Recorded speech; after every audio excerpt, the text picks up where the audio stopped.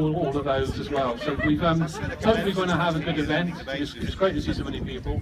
My job is just basically to introduce the speakers and probably talk about a few things in between. And what I would want to start off with, and I will be eventually as well, presenting the card of shame to one or two local people. Nobody in the crowd, hopefully, but one or two local people. But what I would say is, and I take the words from a chap called Tony Benn. Some of you know Tony Benn, he's dead and gone now. But he talked about the establishment of the establishment. And I'll read you what he said, because I can never remember the exact words. And I think it's quite important, really, because it actually puts us into a context that we find ourselves in currently. But in actual fact, this goes back to feudal times. Whoops, don't worry about that. What Tony Benn said was, I don't think people realise how the establishment became established. It simply stole the land and property off the poor, surrounded themselves with weak-minded sycophants for protection, gave themselves titles, and have been wielding power ever since. Now, despite what you might think, I don't believe we live in a democracy. I believe we live in basically a feudal system. So it's just much more disguised nowadays. It is much more sinister, because we have people in positions of authority, people that influence the whole of our society in a way to meet their own ends.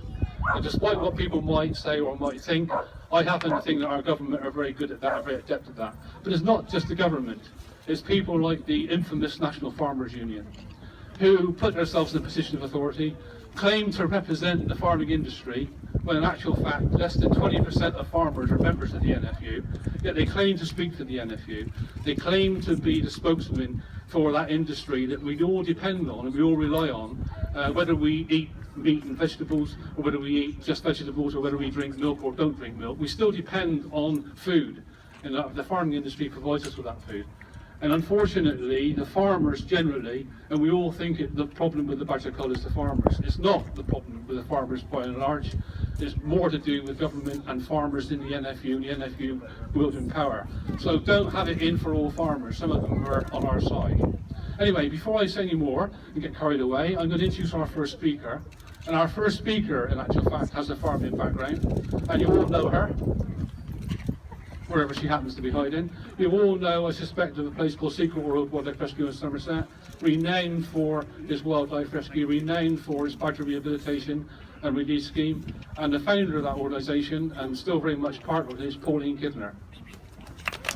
Okay, thank you, Mark. I should be awarding the cart of shame in a moment or two. But before I do, what I will say, one on a stick now, like a lollipop. What I will say is that I took the trouble to try and find some local news, and I used the infamous paper called the Western Morning News, and the Plymouth, I think it's called Plymouth Herald, I can't remember now.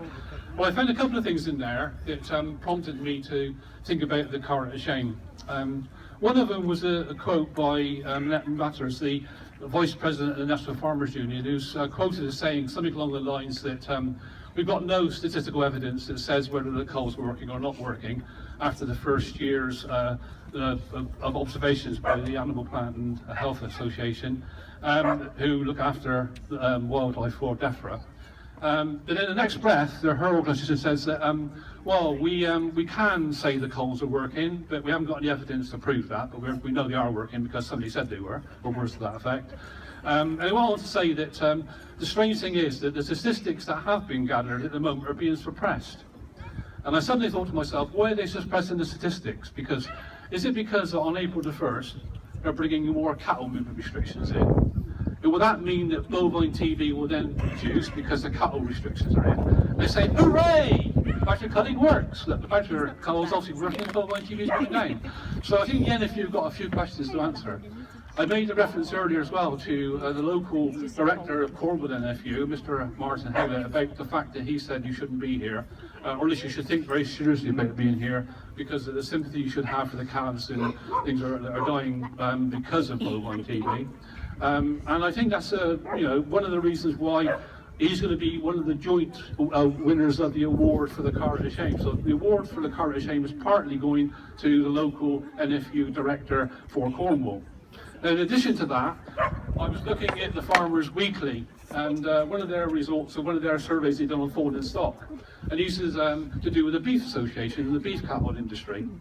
And I noticed that there's a top 10 diseases or top 10 reasons for fawn and stock. And through all the categories, well, some of them were to do with calves being born dead, some were to do with when the calf stage of the operation, and some when they're older in terms of past being suckler herds. And the strange thing was, there was 10 reasons given for all these animals to die, and on all 10 of all 3 categories, bovine TB was not mentioned at all.